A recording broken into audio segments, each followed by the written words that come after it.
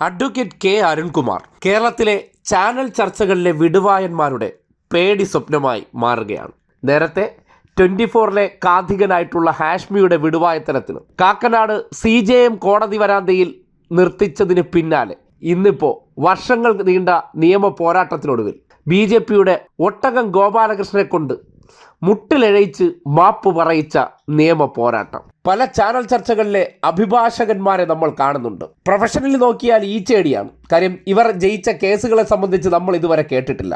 അത് ചങ്കരം വക്കീലായിരുന്നാലും ശരി, ഏഷ്യാനെറ്റിലെ സ്ഥിരം കച്ചേരിക്കാരായിട്ടുള്ള ചില അഭിഭാഷകരായിക്കോട്ടെ, ഇനിയിപ്പോൾ കോൺഗ്രസിൻ്റെ ചില അഭിഭാഷകരായിക്കോട്ടെ, എല്ലാവരെയും അഡ്വക്കേറ്റ് എന്ന് നമ്മൾ പേരിനൊപ്പം കാണാറുണ്ട്.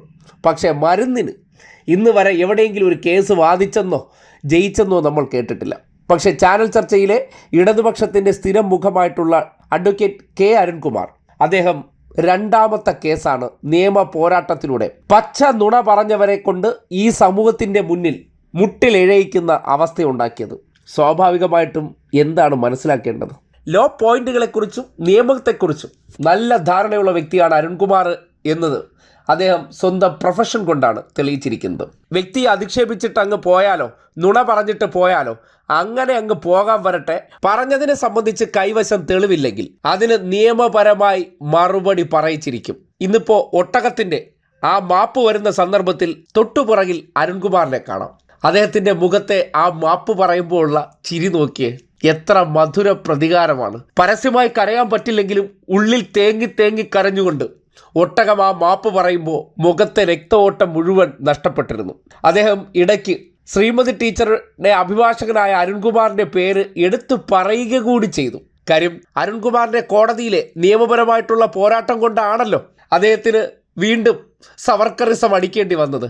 അപ്പോൾ സ്വാഭാവികമായിട്ടും ചമ്മൽ മറയ്ക്കാൻ വേണ്ടി അരുൺകുമാറിനെ കൂടി പുകഴ്ത്തി പറയുന്ന ഒരു സാഹചര്യം കൂടി അതിനോടൊപ്പം കടന്നു വന്നു.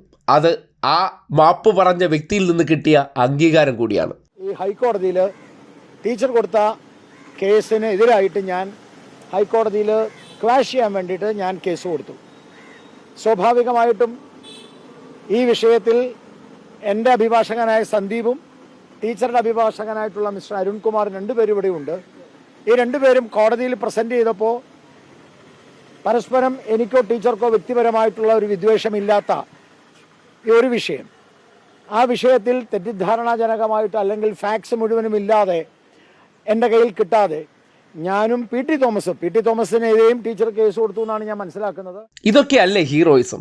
ഇടതുപക്ഷത്തിന്റെ ഭാഗമായി നിൽക്കുന്ന ഓരോ വ്യക്തികളുടെയും കഴിവും ക്വാളിറ്റിയും എന്താണെന്ന് സംഘപരിവാറുകാരും കോൺഗ്രസ്സുകാരും കുറച്ച് മാധ്യമങ്ങളിലൂടെ പ്രചരിപ്പിക്കുന്നതിനപ്പുറം ഏത് മേഖലയിലാണോ അവർ പ്രവർത്തിക്കുന്നത് ആ മേഖലയിൽ അവർ അവരുടെ പ്രാവീണ്യം തെളിയിക്കുകയാണ്, അല്ലെങ്കിൽ അവരുടെ കഴിവ് തുറന്നു കാട്ടുകയാണ്. അത് കോടതിയിൽ അഭിഭാഷക ജോലിയാണെങ്കിൽ അവരുടെ കഴിവ് അവിടെ പ്രകടമാകുന്നുണ്ട്.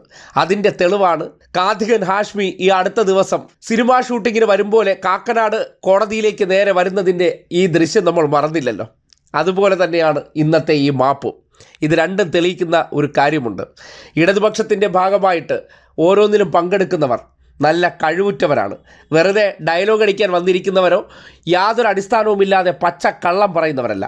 അതുകൊണ്ട് തന്നെ പച്ച കള്ളങ്ങൾ ആരെങ്കിലും വിളിച്ചു പറഞ്ഞ് ആ ചർച്ചയിൽ ഇകഴ്ത്തിയിട്ട് അങ്ങ് പോകാമെന്ന് കരുതുന്നുണ്ടെങ്കിൽ അങ്ങനെയൊന്നും വിടത്തില്ല. ആ ഡയലോഗ് അടിച്ചിട്ടുണ്ടെങ്കിൽ അതിന് മറുപടി പറയിച്ചേ വിടുള്ളൂ എന്ന് അരുൺകുമാർ തെളിയിച്ചിരിക്കുകയാണ്. സ്വാഭാവികമായിട്ടും ഈ രണ്ട് സംഭവം മതി ഒരു അഭിഭാഷകൻ്റെ കഴിവ് മനസ്സിലാക്കാൻ.